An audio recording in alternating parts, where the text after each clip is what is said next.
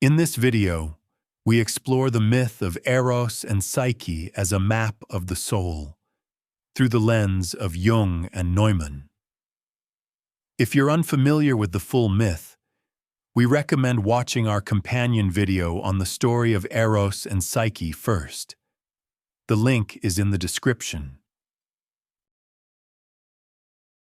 What if a myth wasn't just a story, but a mirror of your own inner life?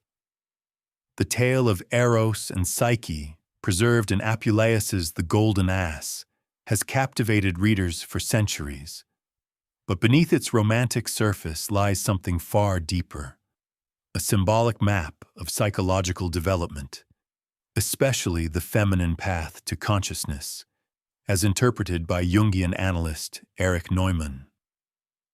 This is not just mythology, it's the architecture of the soul, an allegory for individuation, love, loss, and transformation. Myth as metaphor for the soul.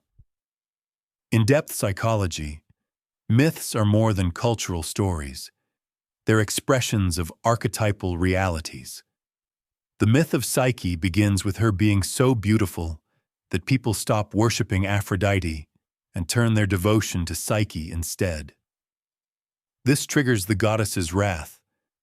But this isn't merely divine jealousy.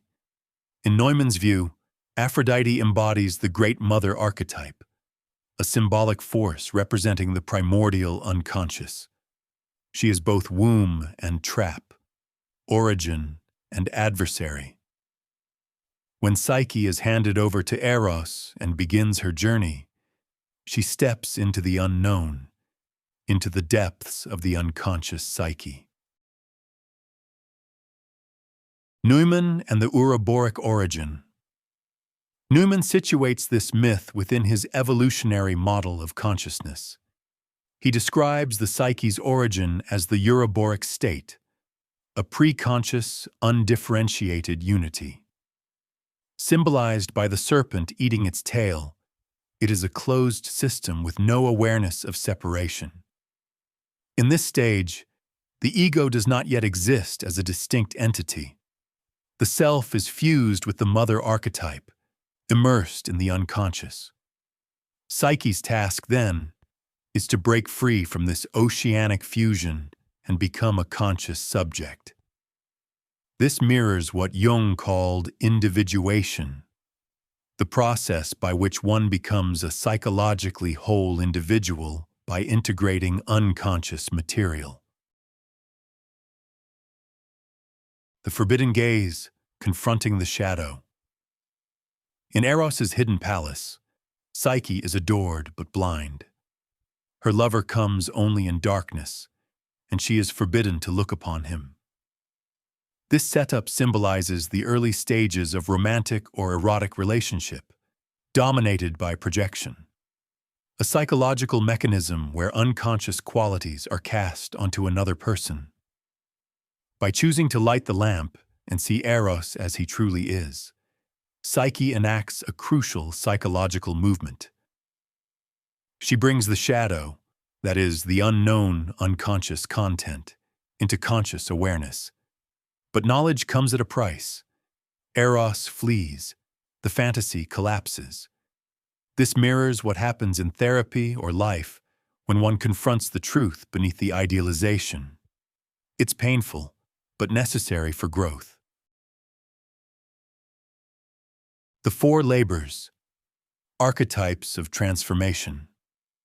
After losing Eros, Psyche is cast into a series of labors imposed by Aphrodite. But these aren't just punishments. They are psychological initiations. Sorting seeds represents the development of discriminating consciousness. Learning to differentiate among chaotic thoughts or inner impulses. Gathering golden fleece without harm involves strategic courage. Facing overpowering instincts without being consumed by them. Fetching water from the Styx, the river of death, means confronting primal fear and the boundary between life and psyche. Retrieving beauty from Persephone in the underworld is symbolic of ego death, facing annihilation to be reborn as a transformed self. Each labor requires Psyche to access qualities associated with the feminine archetype: humility, intuition, receptivity, and inner strength. She is aided not by weapons or brute force, but by creatures of the natural world, symbolic of autonomous complexes or guiding forces from the unconscious. From object to subject. Feminine individuation. Psyche's story is a journey of subjectivation. She is no longer the passive object of divine projections or cultural beauty ideals. She becomes agentic, capable of choice, action, and discernment.